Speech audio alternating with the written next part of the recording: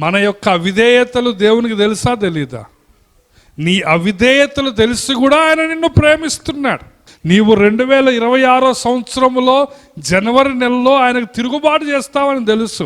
ఆయన 2025లో ఏం చేస్తున్నాడు? ప్రేమిస్తున్నాడు. ఎవరైనా మనం అట్లా చేస్తామా? పలానోడు వచ్చే సంవత్సరం నిన్ను కొడతాడని తెలుసు, వాడిని నువ్వు ఈ సంవత్సరం ప్రేమిస్తావా? అదే టైం మెషిన్లో నువ్వు ముందు పోయి చూసినావు. టైం మెషిన్లో చూసినప్పుడు నెక్స్ట్ ఇయర్ వాడు నిన్ను బాగా కొడుతున్నాడు, తిడుతున్నాడు, తంతన్నాడు. సో అది నీకు టైం మెషిన్లో అర్థమైంది. నువ్వు ఇప్పుడు వాడిని ప్రేమిస్తావా?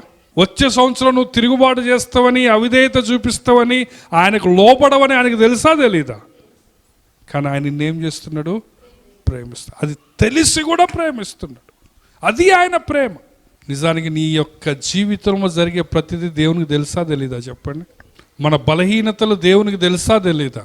నీ అవిధేయతలు తెలుసు, భవిష్యత్తులో నీ యొక్క బలహీనతలు తెలుసు, అయినప్పటికీ ఆయన నిన్ను ప్రేమిస్తాడు. అది అగాపే ప్రేమ.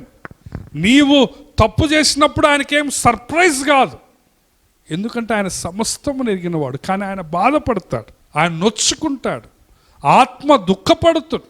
అందుకే దేవుని వాక్యంలో ఏమంటది? ఆత్మను, పరిశుద్ధాత్మను దుఃఖపరచుకు. ఆయన సంతాపం పొందాడు అని వాక్యంలో వ్రాయబడ్డది.